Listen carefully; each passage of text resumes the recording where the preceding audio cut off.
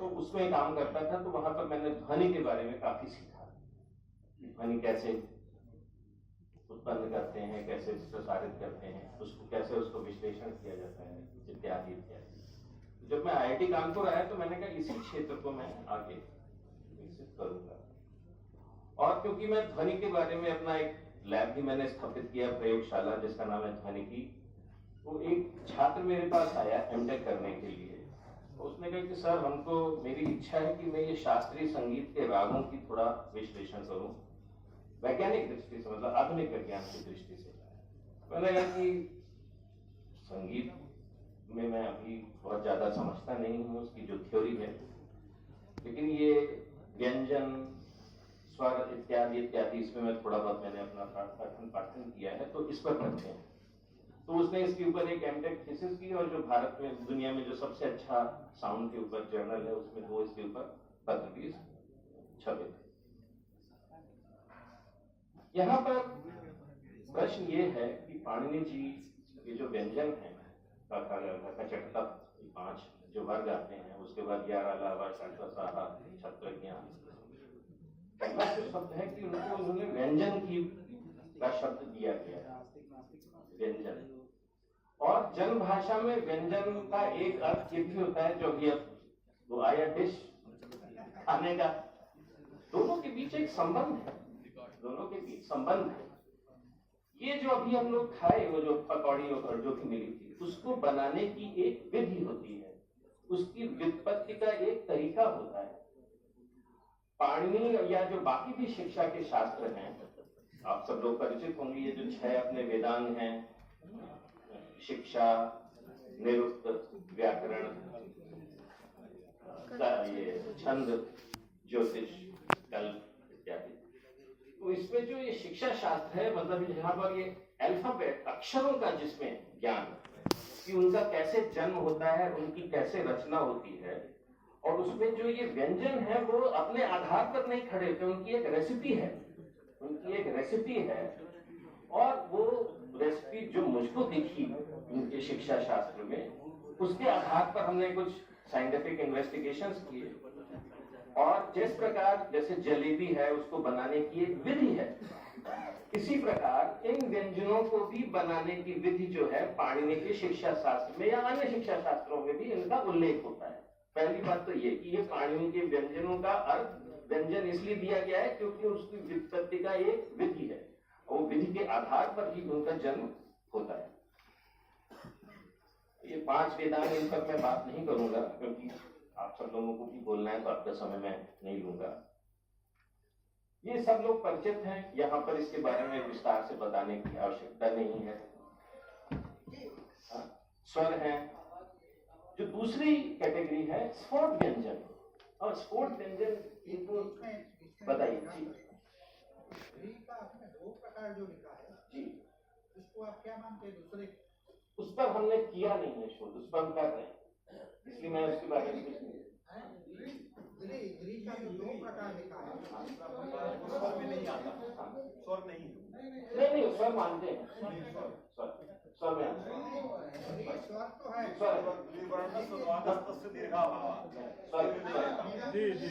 वो लाभ ध्वनि नहीं है, वो लाभ ध्वनि नहीं है, वो लाभ ध्वनि नहीं है, और वो ध्वनि भी नहीं है, वो उसका उच्चारण भी अलग विधि है।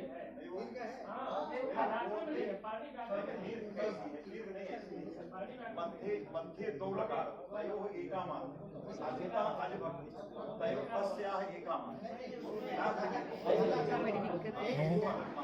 इसका ज्यादा चर्चा नहीं होगी। मेरा जो प्रश्न है वो उतना ही है, आपने दीर्घ मानकर लिखा है या मेरा उस पर, हाँ, मेरा उस पर मेरा कोई विचार नहीं है, मैंने सिर्फ उसको स्वर कहा है। अब ये दीर्घ है, लघु है, वो मैं इतना नहीं कहता।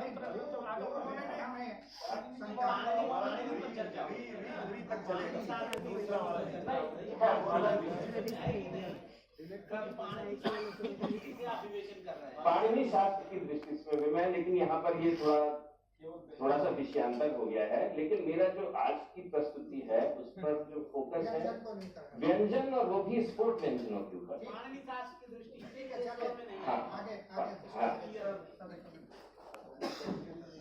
बताइए। अच्छा, दिव्यांग सज्जनों, इस बालिका की एक स्कूटी की चाबी गिर गई है। यदि आपको कहीं भी प्राप्त हो, वायु निकलती है, कंठ में बहुत कम समय के लिए अवरुद्ध होती है और अचानक से वो खुलता है। तो अंग्रेजी में भी जो शब्द आता है प्लोसिव कहा जाता है, एक्सप्लोजन। इस प्रकार हिंदी में या संस्कृत में स्फोट, तो अचानक वो रेफरेंस नहीं, तो आप एक्सपेरिमेंट। ये जो स्पोर्ट का आपने नाम दिया, स्पोर्ट का जो नाम दे रहे हैं, नहीं, आई विल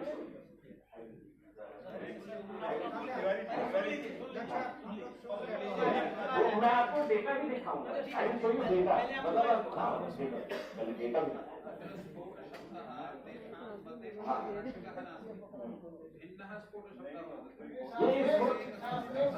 ये हर खरीदी का एक्सपोर्ट नहीं है, मैं जितना मैं कर रहा हूँ, एक हर खरीदी का एक्सपोर्ट नहीं है। और फिर एक मिनट थोड़ा, और फिर ये सेमी वावल्स आते हैं, अंग्रेजी में इनको सेमी वावल्स कहा जाता है, अंतस्थ और ऊष्म, क्योंकि इनमें हीट का जनरेशन होता है। शा शा सा में बहुत गर्मी निकलती है।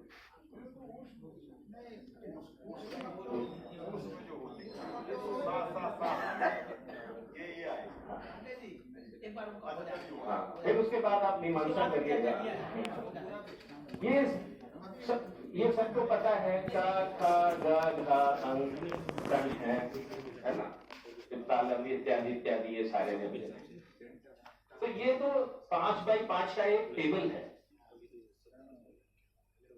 अब तो पहली पंक्ति कवर्ग, चवर्ग, टवर्ग, तवर्ग, पवर्ग, और फिर अगर हम पंक्तियों के बजाय जो वर्टिकल कॉलम्स हैं, तो पहले में है का चा टा ता पा, फिर खा छा ठा था पा, फिर ग जा डा दा बा इत्यादि इत्यादि। यहाँ पर इस संदर्भ में जो शिक्षा के सूत्र हैं वो कहते हैं कि अगर आपको दूसरे कॉलम में जो स्वर ये व्यंजन है, जैसे खा का निर्माण करना हो, तो उसकी क्या रेसिपी होगी वो पाणिनि बताएंगे या अन्य को बताएंगे। तो बोलेंगे कि इसमें महाप्राण लगता है, ये सबको पता है महाप्राण लगता है। तो हम सोचते महाप्राण क्या है, ये महाप्राण, इसका फिजिकल अर्थ क्या होता है। फॉर्मूला है पाणिनि का कि पहला जो दूसरा कॉलम है उसका अगर निर्माण करना है तो पहले कॉलम का अक्षर लीजिए और उसमें महाप्राण लगा दीजिए, तो खा का निर्माण होगा। अर्थात खा इज इक्वल टू का प्लस महाप्राण, ये फॉर्मूला में बता रहा हूं, इक्वेशन। इसी प्रकार छा इज इक्वल टू चा प्लस महाप्राण। ये हम अनुभव भी कर सकते हैं, बहुत कठिन चीज नहीं है, क्योंकि प्राण उच्छ्वास से संबंधित अल्प प्राण, कम हवा निकली तो अल्प प्राण, और जब बहुत ज्यादा हवा निकलेगी तो वो महाप्राण। तो कम हवा के साथ, उच्छ्वास के साथ अगर मैं का बोलूं तो का निकलता है। बहुत ज्यादा जब हवा निकलती है तो का चा, बहुत ज्यादा हवा निकलती, तो महाप्राण ये इस कारण से उसको संज्ञा दी गई। फिर हमने रिकॉर्डिंग्स की तो उसमें बहुत इंटरेस्टिंग चीज देखती है। तीसरा कॉलम में भी ऐसे मैथमेटिकल रिलेशंस आते हैं कि गा और कुछ नहीं है, लेकिन उसमें का ही है, लेकिन वो घोष लगा दो, या नाद शब्द का उपयोग होता है कुछ जगह, कुछ घोष या घोष। तो गा इज इक्वल टू का प्लस घोष, जा इज इक्वल टू चा प्लस घोष, डा इज इक्वल टू टा प्लस घोष, इत्यादि इत्यादि। हाँ, गा इज इक्वल टू टा प्लस घोष। आपको मैं दिखाऊंगा रिकॉर्डिंग, तो प्रत्यक्ष घोष, हाँ घोष घोष, हाँ। लेकिन ये क्या है, फिजिकली क्या है, वो मैं आपको बताऊंगा, क्योंकि पुस्तक में लिखा एक चीज है, तो फिर आपने शब्द प्रमाण, लेकिन उसका कुछ प्रत्यक्ष प्रमाण अनुभव के आधार पर कुछ है नहीं, वो देखना। इसी प्रकार जो चौथा कॉलम है घा, तो उसमें हमारे शिक्षा शास्त्री कहते हैं कि उसमें दोनों लगता है, महाप्राण भी लगता है और नाद भी लगता है या घोष भी लगता है। तो घा इज इक्वल टू का प्लस महाप्राण प्लस नाद या घोष, झा इज इक्वल टू चा प्लस महाप्राण प्लस घोष, इत्यादि इत्यादि। ये मैथमेटिकल फॉर्मूले हैं, मतलब ये सिर्फ शब्द नहीं है कि एक मंत्र लिख दिया, सूत्र लिख दिया और उसके आधार पर हमने उसको रट लिया और हम उस पर चर्चा कर रहे हैं कि उन्होंने ये कहा, उन्होंने क्या। इसके पीछे वास्तविकता है या नहीं है, तो मेरे छात्र ने पूछा कि सर तुमने ये इसको करो, रिकॉर्ड करते हैं, देखें रिकॉर्डिंग्स इसकी देखते हैं और देखें कि ये पाणिनि जी के जो सूत्र हैं सही है या गलत है। तो ये हमने कुछ रिकॉर्डिंग्स की और बहुत कॉम्प्लिकेटेड नहीं है ये। आज के युग में आप सब लोग वैदिक विज्ञान केंद्र में थोड़ा सा अगर मेहनत करें तो ये सब आप लोग खुद कर सकते हैं यहाँ पर बैठ करके। इसके लिए बहुत सॉफिस्टिकेटेड इक्विपमेंट की आवश्यकता नहीं। ये 4 अक्षर हैं तवर्ग के, ता, था, दा, धा, उनकी रिकॉर्डिंग्स। पहले मैं इनको सिर्फ सुना देता हूँ। पहला वाला जो है, ये जो नीले में है, ये ता है, ता। ये दूसरी रिकॉर्डिंग जो है ये है था। सबको उसको था सुनाई पड़ रहा है, इसलिए मैं बोलता हूँ जो पीछे वाले जिनको नहीं दिख रहा है थोड़ा आगे आ जाए। तीसरा जो है ये है दा। दा से देवता, दा से दवाई। और चौथा अक्षर जो है धा से धनुष।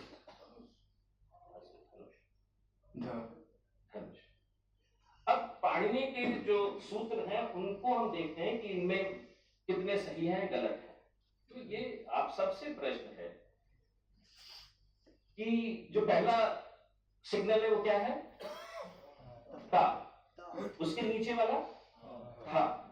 ता का जो रूप है और था के रूप में कुछ मौलिक अंतर दिख रहा है या नहीं दिख रहा है, कुछ मेन डिफरेंस बड़ा बड़ा आपको क्या दिखता है आंख से।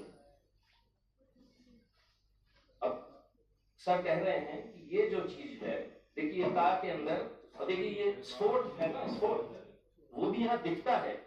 ऐसा नहीं है कि ये कोई शब्द बना दिया गया और उसको यहाँ पर अचानक सिग्नल एक्सप्लोड करता है। मतलब इससे पहले की रिकॉर्डिंग करें तो उसमें कुछ दिखता नहीं और अचानक एक्सप्लोजन होता है। और फिर क्योंकि ता है तो उसमें आ अंत में आएगा ही, तो अगर आप इसी रिकॉर्डिंग को यहाँ से प्ले करते हैं तो आपको आ सुनाई पड़ेगा, है ना। तो आरंभ में स्फोट होता है।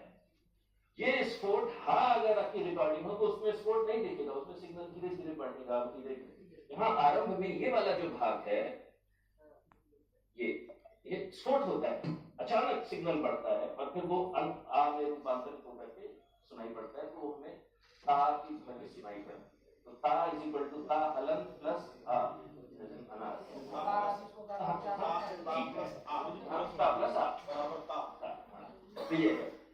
पूर्ण व्यंजन नहीं कहा गया। पूर्ण व्यंजन नहीं कहा। नहीं मैं व्यंजन की बात कर रहा हूँ, अभी मैं व्यंजन की बात कर रहा हूँ। लगा दिया, हाँ ये सर लगा दिया, लेकिन नहीं सुनिए, उच्चारण कर ही नहीं सकते, उच्चारण कर, हाँ बिना लगे नहीं कर। नहीं एक मिनट थोड़ा, एक मिनट थोड़ा धैर्य धारण करिए। हाँ से धैर्य।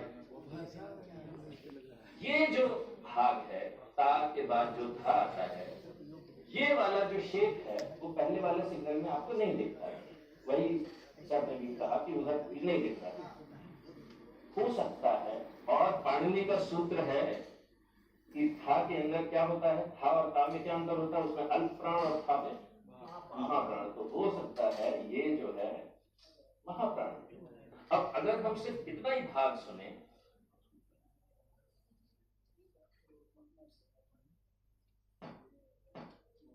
तो ये और बहुत सारी इस प्रकार की रिकॉर्डिंग है।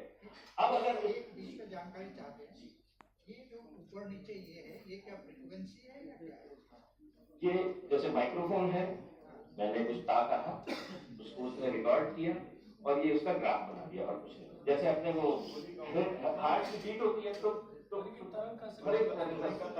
हाँ उसी का ये रूप है।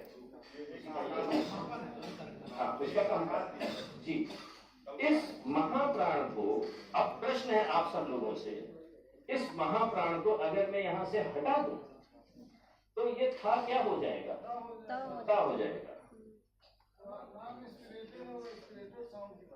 एस्पिरेटेड तो वो कुछ भी बोल दिया ना, लेकिन उसका रूप क्या है। का उच्चारण कर रहे होते हैं तो जो झिल्लियाँ हैं वो डिफरेंट रहती है और जब हम उसको बाल बनाते हैं तो ऐसे बहुत ज्यादा उच्छ्वास होता है। घोष है। अच्छा जब हम उसको सघोष बनाना चाहिए हमारे यहाँ क्या है ना विद्यार्थी को वहाँ से हम शुरू करते हैं खरा विवारा श्वासा अघोषा 3 का ग्रुप है।